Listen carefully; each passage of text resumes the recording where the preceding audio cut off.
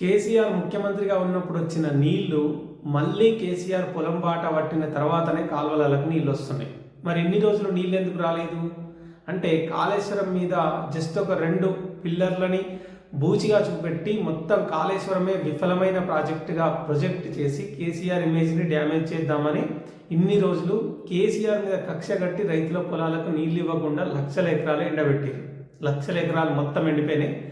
ఇప్పుడు కేసీఆర్ పొలం బాట పట్టంగానే రాత్రికి రాత్రే ఆగమాగం అదే కాళేశ్వరం నీళ్ళని ఎత్తిపోస్తున్నారు. మళ్ళా అంటే కాళేశ్వరంలో నీళ్లు ఉన్నాయి, అన్ని ప్రాజెక్టులు రెడీగా ఉన్నాయి, ఎత్తిపోయడానికి మోటార్లు రెడీగా ఉన్నాయి, పారడానికి కాలువలు రెడీగా ఉన్నాయి, అన్నీ ఉన్నాయి.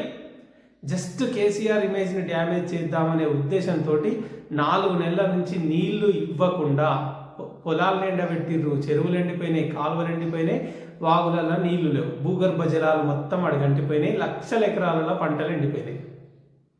ఇప్పుడు కేసీఆర్ మళ్ళీ రైతుల దగ్గరికి వస్తున్నాడు, మళ్ళీ పొలం బాట పట్టిండు అని తెలియంగానే మొత్తం వణుకు పుట్టింది. రాత్రికి రాత్రే ఆగమాగం నీళ్ళు ఎత్తి పోసుకుంటా నీళ్లు విడుదల చేస్తున్నారు. కేసీఆర్ మీద కక్ష ఉంటే కేసీఆర్ మీద పగబట్టి కేసీఆర్ మీద కక్ష తీర్చుకోవాలి తప్ప రైతుల మీద ఆ పగబట్టుడు ఎందుకు, లక్షల ఎకరాలు ఎండగొట్టుడు ఎందుకు? మొత్తం పంటలన్నీ ఎండిపోయినాక ఇప్పుడు విడుదల చేసి ఏం లాభం? ఇది కాదు కదా రాజకీయం అంటే.